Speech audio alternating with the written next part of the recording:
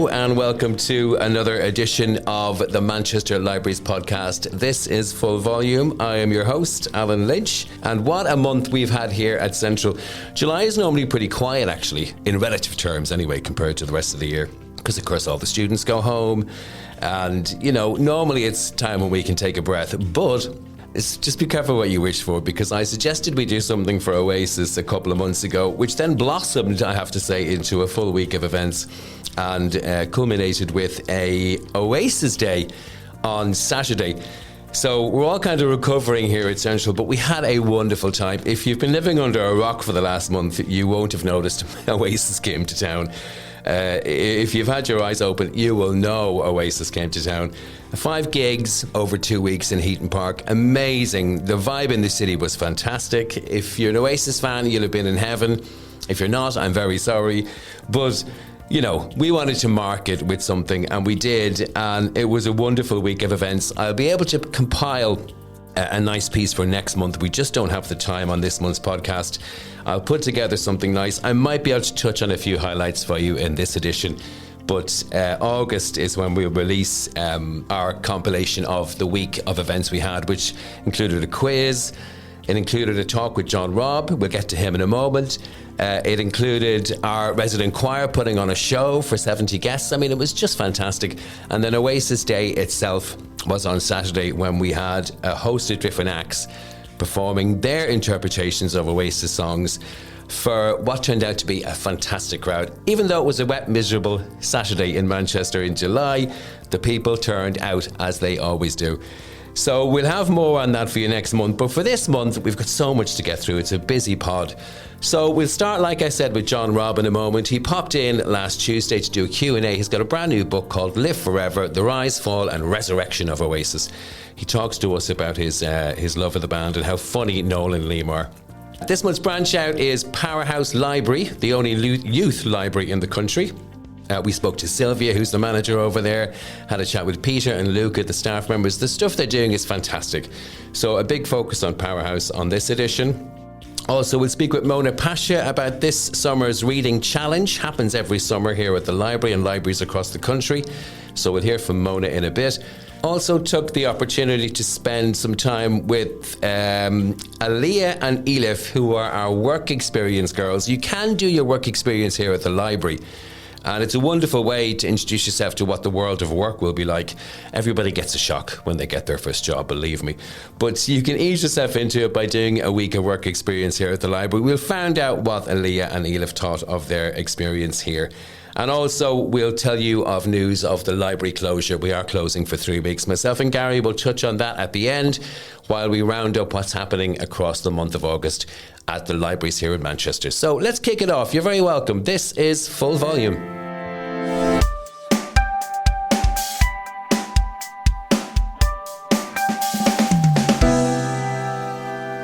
Okay, let's kick off this month's podcast with a chat with John Robb. Now, you'll know John Robb. He's always popping up on TV, a fountain of knowledge about music, bases himself here in Manchester. If you ever go to home and have a cup of coffee or a pizza, John is more likely to be sitting in the bar there doing work. I think he calls it his office. But he came in last week to have a chat with us about his new book. Let's find out what John had to say about Live Forever, The Rise, Fall and Resurrection of Oasis. Well, it's a story of Oasis, starting from when they were born to when the band split up in Paris, the end of Oasis Mark 1. I didn't do the Reformation bit because as soon as the book comes out, that's going to change again, isn't it? So I thought I'd tell the whole story of the first part of the story. And it came about because last year, when they did the 30th anniversary, definitely maybe, Noel was going to do one interview for it. So he asked me to do the interview in Sifters. So we went there and we had a really nice afternoon, talk about the old times, music and the album. I wish they put the whole interview out. There's only about half an hour of it, but it's a 90-minute long version, which I've never seen. But we had a right old good chat because we kind of knew each other from way back. So from going to gigs and that, so it was a proper music heads kind of talk. The publisher saw that and then they said, do you want to do a book? Because they'd heard that the band was going to get back together. So basically it was, well, there is a synchronicity in there, but I guess it's a deliberate synchronicity, isn't it? He's widely entertaining, I find, Noel. I find both of them really quite entertaining as well. What would you think they'd be both making of this enormous. I mean, it's just enormous comeback that's happened. Do you think that they thought that it was going to be as big as it has been? The reaction to the gigs, well, I think they knew they'd sell them out. I mean, they could have sold them out. They do 5 in Manchester, they could have done 20. They could have done 20 Wembleys. They knew the number was going to be there. But when you saw Noel at the end of that first one in Cardiff, he was actually quite moved, wasn't he? Because I think the vibe off the crowd, I went on Friday in Manchester, it's like something else. It's not just a lot of people having a great time singing along. It's like that times 100. It's like quite emotional for people because it's a generational band. It's a band that whether people liked them or not, it's that band's, it's, the band, the Beatles in the 60s, Bowie in the 70s, Pistols in my generation. I always think my generation had the band that fell apart after about, that's my rubbish generation. These other generations had a band they could grow up with. And I think that's what it is. People, that gig, it was an unleashing of a lot of stuff, But saying that, half the crowd was probably under 20, 22. Younger. I've noticed that they're picking up a younger audience. But I was speaking to another chap about Oasis, and we were saying a lot of the songs, and there's just a general feeling around Oasis of a time. They're almost like a time capsule, aren't they, from the 90s, when Cool Britannia and all that stuff. And I think a lot of people look at them with very romantic eyes as well, but they have the songs to back that up too. It's not just they didn't have 1 or 2 hits. I mean, you must have heard it yourself last week. It was just one solid hit after another for 2 hours. Do you think we'll have another iteration of Oasis then? Do you think, is this the tour and then they're going to retire, or is this maybe the beginning of part 2? Well, I think all great bands, people are romantic about them, aren't they? Have romantic notions about them, boring bands. I mean, in the punk days, people were romantic about those bands. They're like Outlaws. It's like Robin Hood, and that's what we love in Britain, isn't it? Somebody defies the process, isn't it? A bunch of kind of pretty normal lads ended up being the biggest band in Britain. As much as I like Blur, they had it handed to them on a plate, didn't they? It was easier for them, and that's fine. It doesn't mean their art any worse, but very rarely do you get somebody from the other side of the tracks who gets a chance to do the music, and that's what I love about them. That's what everyone loves about them, isn't it? The songs are timeless, but they also, they are a time capsule in a sense. But I think the weird thing about them is that they could play songs with ostensibly nearly 85% of the sets from the first 2 albums, and the songs don't date. They go through the generations. So there was kids next to me at the gig going absolutely crazy because they'd never seen the band before playing Cigarettes and Alcohol like it was a brand new song. That is a problem in a way that you can't do. You could if you wanted to, but doing another record is quite difficult because you've already got the songs because they are timeless. You don't need to do another record, do you? They could. Well, I'm sure this will be the end of it. They'll just get to November and stop. But there are rumours of Nebworth and there are rumours of Glastonbury's, but people just talk, don't they? But I think it's really hard to stop the juggernaut. I think once you start, I know Noel's favourite bands are the Jam and the Beatles. 2 bands have stopped at the top. But the weird thing is, Oasis have become as big as the Beatles in the UK by doing the one thing the Beatles never did by reforming.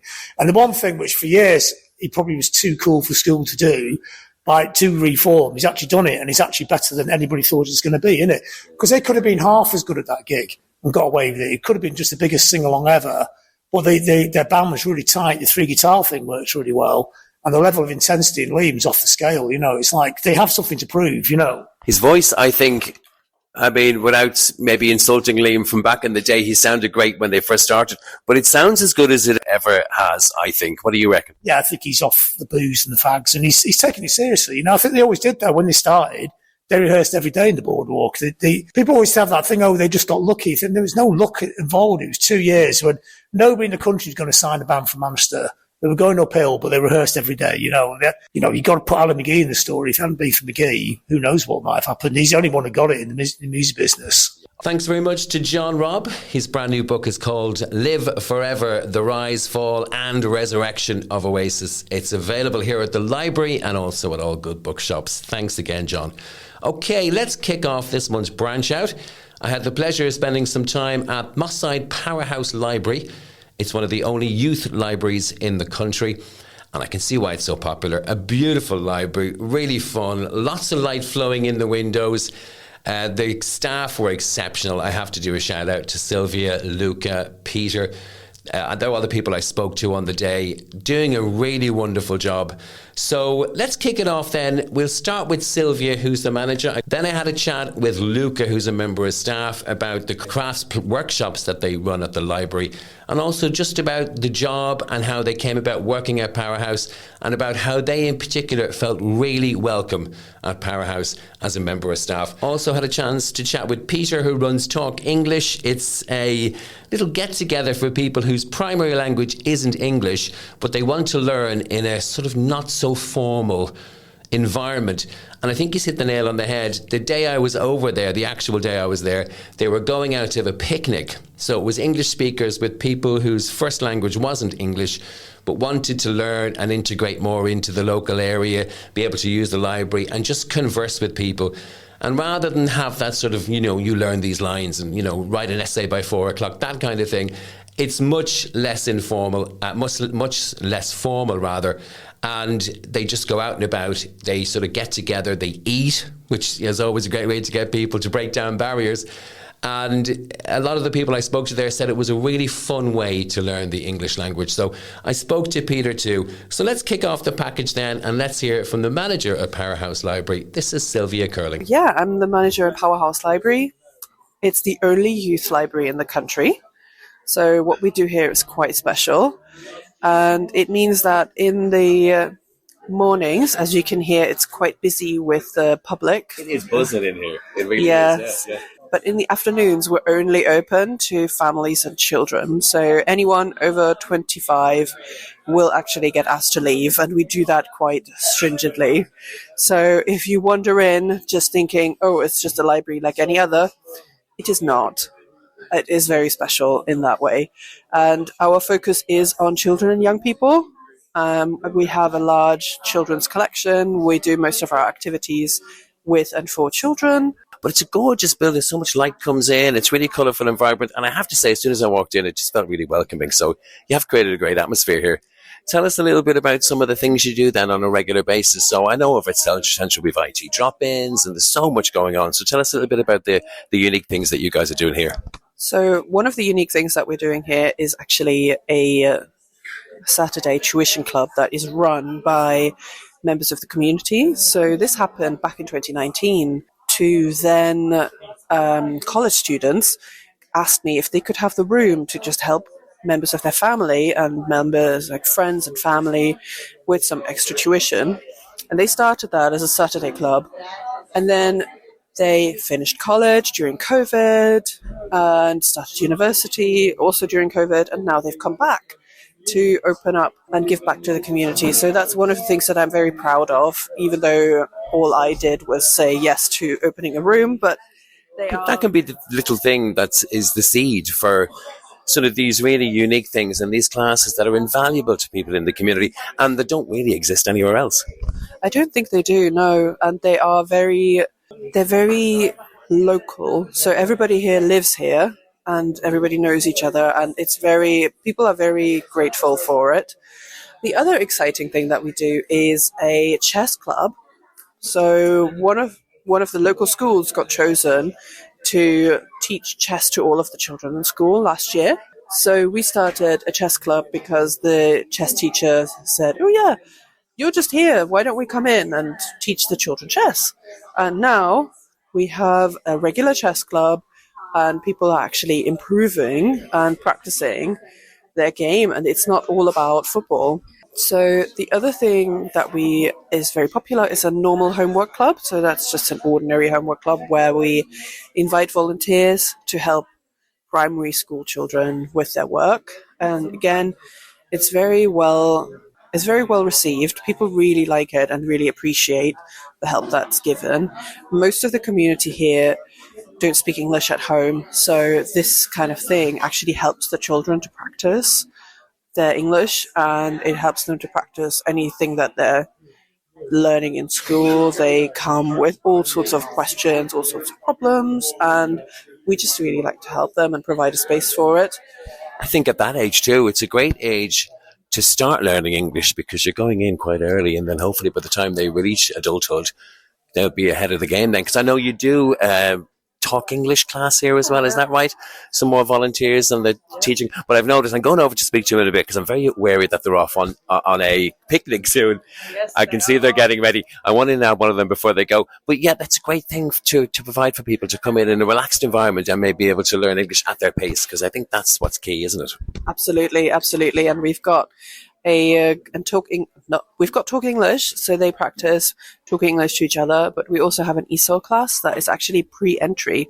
So these are guys that have almost no English at all, and it's, again, really lovely organization called Community Advice Link that teach them, and they're very grateful for it, and it's a really lovely way of learning English. We do a number of crafts. We've often got the toilet rolls out and the egg cartons, and we build things, and sometimes we have like character designs and we make little storybooks. But today, because of the summer reading challenge and how the theme is story garden, we're actually making pop-up gardens, flowers and trees, and we have the characters from the summer reading challenge that are there to be cut out, and the kids can kind of choose which characters they want to put in their garden and make their flowers. So it's a really fun kind of, sweet challenge.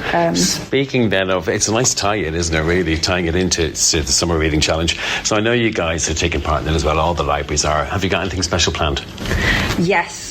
We are basically, this is the start of us making the library into a kind of story garden. So we have a lovely tree that's been designed and put up by Christina, who works here as well, which you can see when you come into the library. And we have fairy doors as well, which have grass all around. So we've got a big garden theme, nature theme going on in the library. So as the summer rolls on, we're going to put up things like the pop-up gardens that we're making today, and make the library into a story garden. I asked your colleague about what you loved about working at libraries, so what about yourself? What is it that gets you up in the morning and gets you to come here to Powerhouse? Oh, so many things, but I think the main thing is that it feels like really important, special work because of the way that the community responds when they come into the library, and how safe they feel and how supported that they feel. And we get to not just support people with technical things like on the computers, but we really get to kind of support them emotionally and interact with them and parents and children. That's some people coming in now. Hi guys, you okay?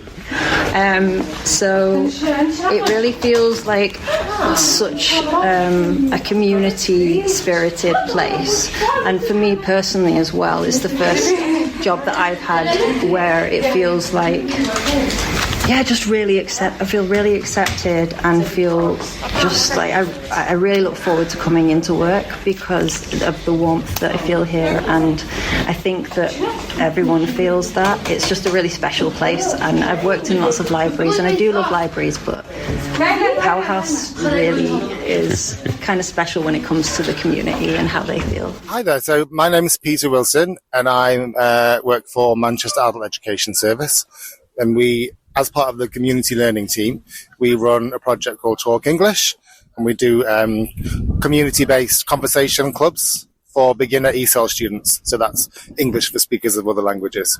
So we get people from the local community to come down and just practice their speaking and listening in a really informal and relaxed way. It's supposed to be about engagement and building community. And it's not really about formal learning, formal classes. We recruit volunteers to help us. So that works really well because we get a lot of volunteers from the local community as well. And I guess the idea is that they then can progress on to further education in one of our main centres once they've had a chance to get off the ground with their English and gain a bit of confidence, because a lot of our learners are absolute beginners, and they really need that kind of nice, informal, friendly, welcoming space to when it's just a nice place when they arrive in the UK to start, basically. It can be quite intimidating, I think, for people, can't it, initially, when they think, oh God, do I want to speak to other people in the group? How will they receive me? How will I feel? So today we're out here in the park next to Powerhouse. It's so informal. Everyone's sitting around having lovely food. Yeah. And what a wonderful way. I mean, I know this is your last class of the season. Is that right? That just so happens to be that. But we do try to do a lot of events and share food together whenever we can, share different festivals and celebrations. And the students love it. They love to be able to share their culture with us. And as I said before, our volunteers come from all over the world, and so they can share their cultures too. And yeah, it's just a really nice thing to do. So it's a great job. I think this area in particular, I live in Hume too, it is really multicultural. And I think, obviously, that clash of people, it's such a wonderful way to bring them all together, because you're not really just learning English. I guess you're learning about the people you're living next door to and you're living across the road from. Yeah. And it just gives you a much more of a wider knowledge of the area around you and sort of, how people interact. It's a wonderful way to break down those barriers, isn't it? Absolutely. And a lot of them don't have any confidence to know what's out there in terms of services. So using spaces like the library, where there's a lot of other agencies and they see a lot of flyers, and it could be the stepping stone to lots of different things, whether it's health access or education, like I said, or could be things that it might not even be about them. It might be about members of their family. They might have elderly parents. They might have kids, or they might have disabled kids. And often this first point of call, and that's the beauty of doing it in the community setting like a library. It just opens lots of doors for them. Thank you very much to Sylvia, Peter, Luca, anybody else I met while I was over at Moss Side Powerhouse Library. Thank you so much for being so accommodating. That wraps up this month's Branch Out.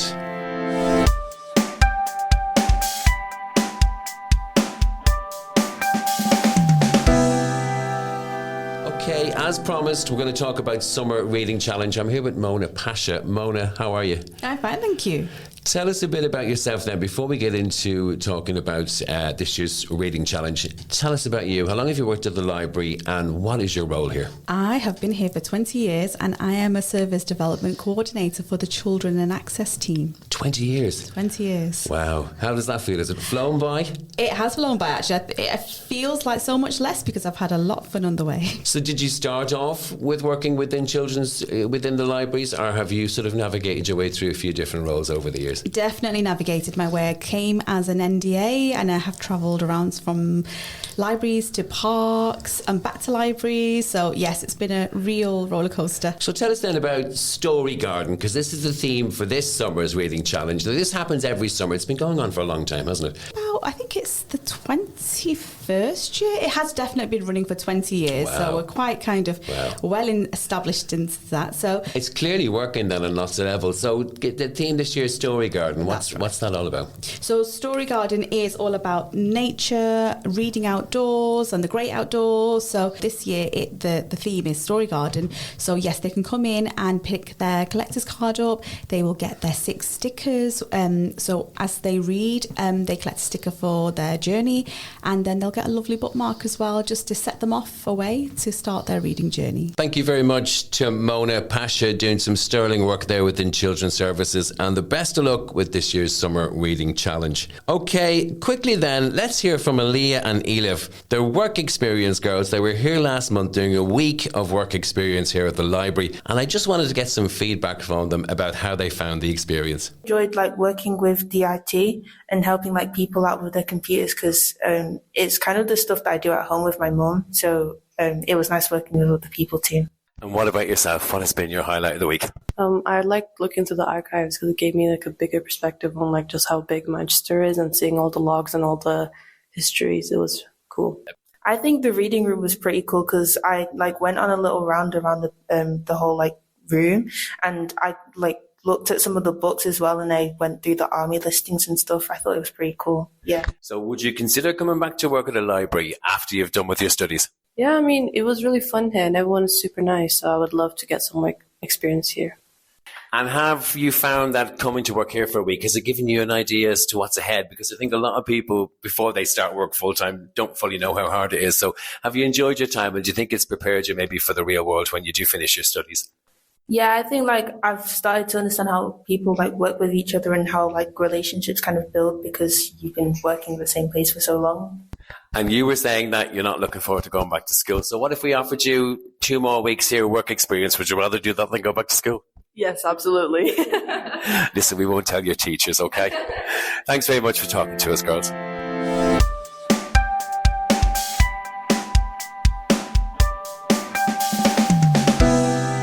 Okay, so we've come to the end of another podcast. Thank you for tuning in. What a few weeks we've had, Gary. Yeah, Gary's here, by the way. Hello, Gary. How are you doing? I'm all right, yeah. Still recovering from Oasis week. Oasis week. I think the city is probably recovering from Oasis in general, wouldn't you say? Yeah. A friend of mine in Nottingham, her husband drove up on Saturday for the gigs and spent a fortune on the stall outside. Forgot to come in here, promised he'd come in, forgot to come in, and he is still asleep now. I texted her earlier on. He said he came in yesterday and is still asleep. So I don't know what he got up to, but it sounds like it was a good night. And I saw a guy outside Sainsbury's this morning at First Street who was wearing shorts and a bucket hat and had the muddiest trainers and socks, mud all up his legs. He looked absolutely shattered. Do you know what, though? I think it was a great vibe in this city, wasn't it? It was, yeah. It was a great vibe. I know, of all the bands. But then I guess it's the Manchester history and, Mancunians are, they like to have a good time, don't they? And I think Oasis, being as massive as they were, and then the 19-year wait, if you were a fan, it's a long time to wait for your band to get back together, isn't it? So, in fairness, and Manchester City Council did really well organising everything. They had that big stall outside, lots of places to eat. That guitar exhibition is currently still going. So, fair play to the council for doing a great job. But I don't want to hear Wonderwall ever again. No. I mean, once was too many times for me. But I should just say... I should take this opportunity to thank you, Alan, for organising Oasis Week at the library, because it was your brainchild and it was so fantastic. What a glorious, magical day it turned out to be. It did turn out to be great. We won't spoil it for you. If you didn't have a chance to come along, we'll just say it was brilliant. And secondly, we got a lot of audio on the day. And like I said earlier, we just don't have time. We've a half an hour podcast fully packed this month. As you'll know, you'll have listened to it by now. So we're going to put together a nice compilation next month of everything. And we'll get yourself and Kate in and we'll talk about it, because I think it's kind of sown a seed a bit, because we were saying, look, we've got a fantastic venue, wonderful performance space in the music library. We're going to start utilising that more and putting on more and more events. But for now, let's tell the people what's happening over the course of the next month or so across the libraries in Manchester. Z Arts over in Hume, they are running Summer of Stories. Now, you'll know this is the children's library based in Hume. Absolutely wonderful library. Some of the people over there are so invested in their library. It's fantastic. I spoke with Elena earlier and Tabitha. Tabitha runs the podcast classes that they run. Always something happening over there at Z Arts for Kids. No exception this summer. So from Tuesday the 29th of July to Saturday the 23rd of August, like I said, Summer of Stories. It's basically storytelling and arts and crafts. So people will be telling stories for kids. They're happening every morning. The first one is at 11:30, the second one's at 12:30, the third one's at 1:30. So whatever your schedule is there, you'll find you can fit one of those in. Stories happening on the hour. It's free, of course. Just drop in, and then they'll be restarting their podcast. They teach kids how to podcast, which I think is great. Yeah. Because every man and his dog has a podcast now. So it's you'll be out of a job though, won't you? Well, I will actually. I'm supposed I'm already out of one, to be fair. I'm really surprised. But these kids learn, valuable life skills, because, podcasting is here to stay, and I think the kids, it's going to be second nature to everybody eventually. So wonderful stuff happening at Z Arts, and I'll be going over there next month actually, because I'm off on my little grand tour of the libraries. Of course you are. So I'm going to Z Arts, which I'm only live across the road, so I'm delighted. So I'll be speaking to the team and bringing you some good stuff when we come back here in September. Okay? So you've got another event happening here, haven't you? This is quite an intriguing thing. It's called Laws of Your Game. So it's been brought to us by the National Football Museum, which for the older people used to be called Urbis. And it's basically a session. It's on the lower ground floor of Central Library, Wednesday the 30th of July, 1 till 2:30. And they'll be starting positive conversations around inclusion and diversity in football. Which is really interesting, and I think that's a great thing that they're doing there, and I'll be really interested. Yeah, and we'll, of course, we have to tell people, don't we? We've got to do a public service announcement, if you will. The library is closing for 3 weeks. I know you're probably gasping. Think how we felt. But it is closing for 3 weeks from the 2nd of August, am I right? Through for 3 weeks until the weekend of the bank holiday. So we will be reopening on the Tuesday after the last bank holiday of the year. Can you believe it? Yeah.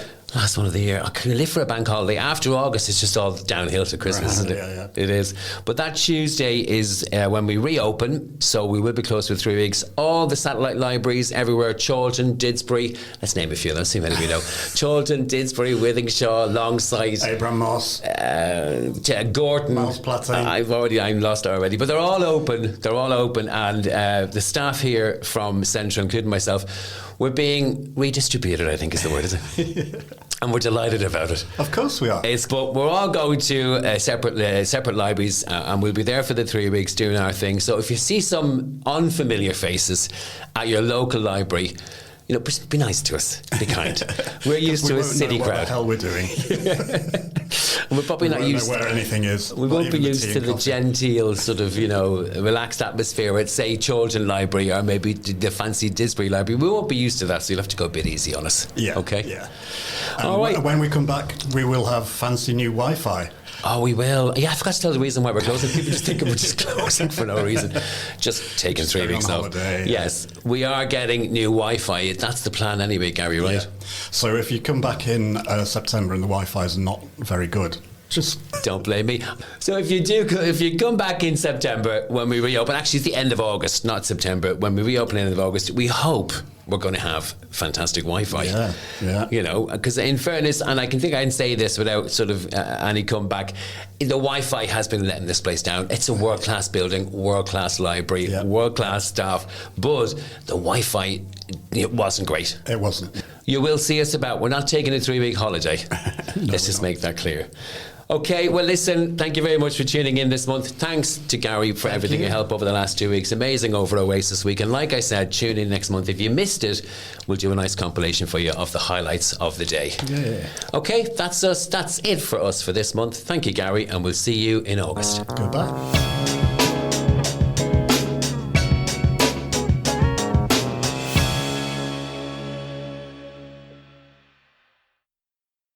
Hello, my name is Brendan O'Shea and I'm the Chair of Manchester Libraries Trust.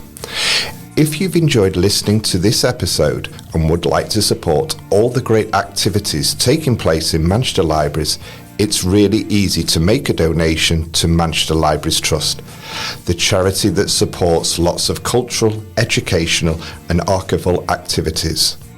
Just visit www.librarylive.co.uk or www.manchesterlibrarytrust.org and hit the donation button.